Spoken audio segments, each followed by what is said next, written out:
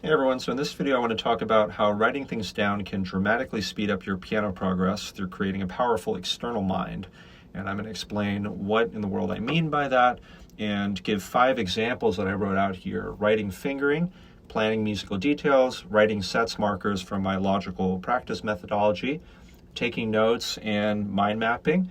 And hopefully these 5 examples, which mostly use real examples, artifacts from my own sheet music in life or maybe my teaching, those will be examples of how just really the act of writing things, it's like a superpower that then allows you to progress way faster because you freed up your cognitive resources. So in this channel, I hope to share with you guys strategies, thoughts, mindsets, etc., often of my own creation that I hope will help you in your piano playing, hopefully other areas of your life as well.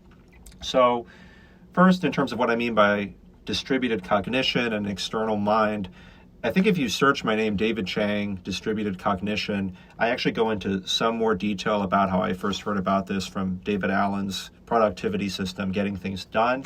And it's basically the idea of, we have limited cognitive brain resources. And if we just write things, it actually frees us to then think about higher order things or other things, because humans are inherently not very good at remembering things. Sure, there are special memory techniques and so on, but the average person, if you ask them to get 50 items from the grocery store, as I often say, they won't be able to remember them. But once they write them down in a grocery list, suddenly all of their resources are then freed up. They are then free to look around, to try to find the items, to think about other things. And just through writing down a list, whether it's a physical list or a digital list, what humans are great at is making connections between lots of seemingly separate things.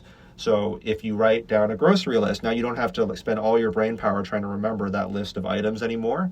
If you have a calendar, if you have a list of projects, you can say, hey, wait a second, I could get this item at this time here, and then maybe if I swing around here, I could also get this item at this time over there. And that's the type of thing that once we free up our minds and we create these external minds, right? The grocery list is an external mind. The calendar is an external mind. The writing of fingerings in the sheet music can be an external mind because we don't have to rack our brains to remember anymore. It's not just keeping track of those things. It actually frees us up for creativity and innovation because we are now able to think of higher level things, not having all of our brain power taken up with these relatively simple little tasks. So in terms of fast piano progress, there are actually a lot of things that we can potentially write in order to free up our cognitive resources and create these external minds or brains. I'm a big advocate of writing all of the fingering, for instance. I have other videos on this. If you want to search David Chang complete fingering or something like complete fingering in fast piano progress, David Chang complete planning of musical detail in piano progress or fast piano progress, you will find more extended examples, but I'll just show briefly here. So for instance, these are some of the Chopin etudes, and I wrote out the fingering for all of them actually. And just by having the fingering written out, I don't have to worry about, if I come back to this years from now, what is the fingering that I chose at that given time, and then I can focus on expressing myself musically. I don't have to worry about if my memory will be consistent, because if you don't have fingering written and you're practicing tiny fractions of a measure, so from here, let's say I want to do right hand alone here, left hand alone here. Let's say I want to mentally practice this part, or I want to do the last sixth and then third and then half of this or that measure, I might have a slight inconsistency, and that can actually mess with both my muscle memory and my conscious awareness of a given passage. So once I've written it, I no longer have to have this psychological worry of whether I might forget in the future as well too, even if it's a long time from now. And then my creativity is then opened up because I don't need to rack my brain to remember what the fingering is, even if it's for a fraction of a second. I don't even want that. Now I can focus, for instance, on musicality. Now I could go on and on about all of the different things I can do now that my brain power is freed up, but I'll try to keep each example pretty short because I know I can kind of go on and on. So example 2, planning musical details. So here, this is the idea of writing things other than just the fingering. And for me, a lot of the time, a lot of this can include shaping and pedaling. And to be honest, I have not done this with every piece. It's something I've done for more and more pieces over time, and I'm actually wanting to switch over so I can write even more of the details out. So here we have a Beethoven sonata movement, and you can see that I've really drawn out every single crescendo and decrescendo, or maybe not every single, but the vast majority of them at least. And then I've written out very specific pedalings, and I've also written little notes to myself as well too. And I've done this with a number of different movements and areas, and the hope is that when I go here, it's like I don't need to remember, like, oh, what is it that I thought when I studied this sonata? At the time, like, I have a nice default plan. Doesn't mean we can't adjust. Pedaling, of course, we can and should change depending on the piano and the hall and everything like that. But just by virtue of it being written here, I have a very strong default plan. I have a very strong default idea of how I'm going to pedal, of my musical ideas through a given phrase, so it's definitely not going to be flat, at least. And then if I want to deviate that because of inspiration in the moment, I at least know that I have a great plan that I can follow to the letter if I want to, and then I can make adjustments from there. I think sometimes people are afraid that maybe by writing out too many details, it might stifle creativity, and I actually find quite the opposite. I actually now can be more creative because I at least know that this default plan is a good one. Here's just a little bit more as well. So at the time, I actually took a great pains to kind of plan this out. And so the playing can actually be much, much more musical, even from the start, if one takes the time to plan these areas out. And actually the time cost, sure, it takes a while to write in these markings. I would argue that the return is actually much greater because you can keep coming back to these fingerings and these markings over and over again for many, many years. A third example, so again, like writing out the musical details and then frees up my mind to be more creative in the moment and not have to use brain power just to think like, oh, what sort of idea could I have here? I already have a really great default idea there, for instance. Now, writing sets markers. So I'm not going to go into my logical notation too much here. You can search David Chang logical notation or logical methodology. You could search David Chang 14 layers of strategy as applied to river flows in U for very extended examples. But suffice to say, I believe, or actually it's not just I believe, I know that by practicing little tiny sections to a great quality when we're practicing a piano piece, and by keeping track of our work and by doing mindful spaced repetitions, coming back to these little tiny sections and then gradually making them larger over time, this leads to greatly accelerated piano progress. And a lot of the time, the reason why people have poor progress is because they're practicing medium sections or larger sections that are mediocre as opposed to tiny sections that are really, really, really good. So I'm interested in finding what those tiny little sections are, but I think one of the smartest things I did was create a simple little notational system to just keep track of my work and then by extension my students' work. So if students are practicing single measures, and a one measure set in my methodology is one measure plus the next beat. A half measure set in my methodology is practicing half a measure plus the next beat. 4 measure sets, 4 measures plus the next beat, etc. And whatever it is that the person does to quality, even once, we will keep track of in special brackets, usually curly brackets for both hands, square brackets for separate hands. So the details aren't important now, but suffice to say that it is a way of keeping track of your work so that it then frees you up for higher order ideas. So let me just show you guys briefly, and I've shown this in other videos too.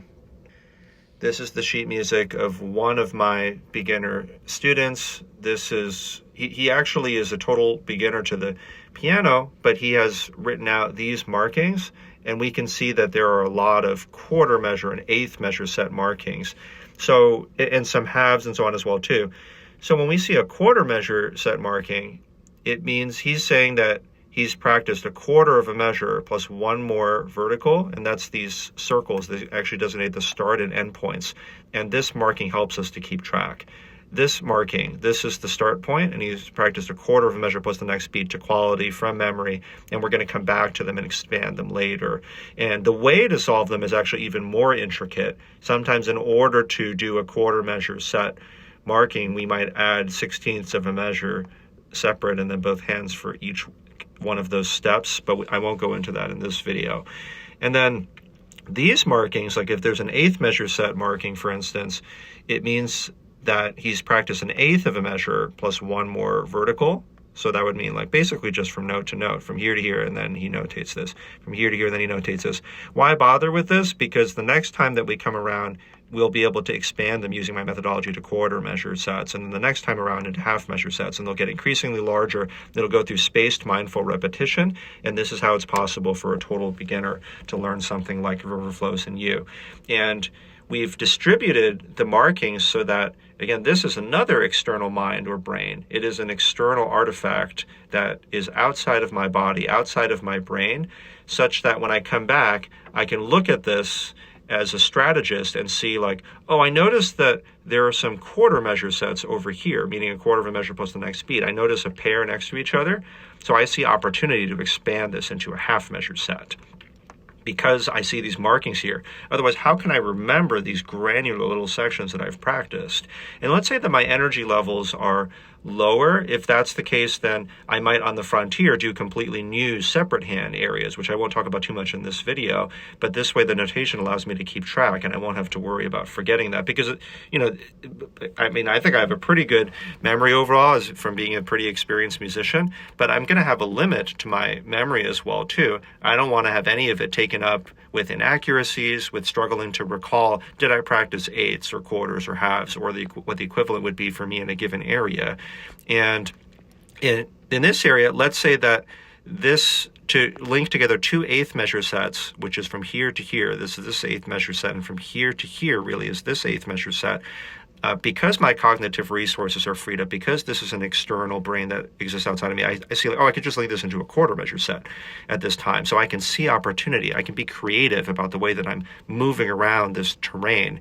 And if my energy levels are higher, then I might try to link together these quarters into a half measure set because that's a little bit more difficult. And if I'm tired after a long work day, I can be like, well, I'm just going to try to link these quarter measure sets here. But had I not freed up my cognitive resources, it wouldn't be so easy to see these different possibilities at a glance.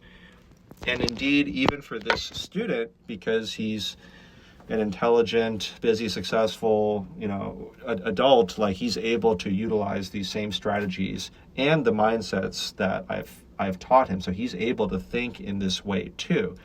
The level of independence for my students is therefore very high because we're able to keep track of so much information and we don't have to have a lot of unnecessary back and forth. So anyway, and then taking notes. I won't show you my notes for this video, but they're written out here, and I basically just have the examples of example 1, writing fingering, example 2, planning musical details, etc. So that has freed up my brain so that I don't have to rack my mind and think like, what is it that I'm supposed to say again? I've certainly done videos where I haven't written anything at all, but just to be perfectly frank, it is helpful to have this off to the side. I definitely have had other times when I went through 3 examples in a comparable video, and I cannot really remember what the 4th video is, and then I have to start the whole video over again because there's no editing in these videos. I guess now, like, the iPhone has had some updates, so I think there's a way to pause and so on, but I like just doing it all in one take if at all possible. So the taking notes in your piano playing, there have been many times where I've done this in an external notebook, in a physical notebook. I take many, many notes. I have an Apple Note that's just called Ideas, and it's very, very, very long. And sometimes these ideas, like just observations I've made about my own practice, it could be a practice log or a practice journal or diary. Any of these things, by going back to them later, it may profoundly change my practice, of course, just because I remember the things that have happened last time. I remember strengths and weaknesses that I noticed in my own playing. So that can also lead to much faster progress just because I've actually noted maybe how things change over time, mistakes I've noticed, errors I've noted, etc. And the last example that I'll give now, example 5, is mind mapping. And it doesn't mean that one has to take notes or one has to mind map. There's different systems that work for different people. It could be that a spreadsheet is useful for you. It could be that some special organizational or productivity system is useful for you, because the separation between piano practice and life practice or life tasks is pretty blurry. I find that pretty much everything I learn in piano playing I can apply to my life, and the other way around too. And so, of course, if you get the rest of your life organized and you're not so stressed trying to remember everything, that could very well lead to way faster piano progress as well. But in any case, I have this tree here of metronome speeds, and this is actually my Chopin Etudes metronome speeds tree. And I won't go into it too much here, but you can search David Chang metronome cycling if you're curious. And this is the idea of, on a very regular basis, if I choose to practice these etudes, I will go through all of these speeds with it. So for instance, for Opus 10 number 4, I may practice through the etude at 120, 130, 140, 150, 160, and 170, all the way through the entire piece in a logical fashion, not just performing through. I will polish different areas using my own special methods. And then the D for here, I just wrote with dynamics as well, but still without pedal, using my particular all out with accents touch. And then the R I just wrote for real, like adding the pedal as well and any other musical details and timings and things. And then I'll turn off the metronome. Anyway, so the specifics of the process here aren't super important, but this is a way for me to not have to, again, take up my cognitive resources to remember, like, oh, what are the speeds that I practiced the given etude? So then I can actually just focus on executing the task and actually getting through each of the speeds.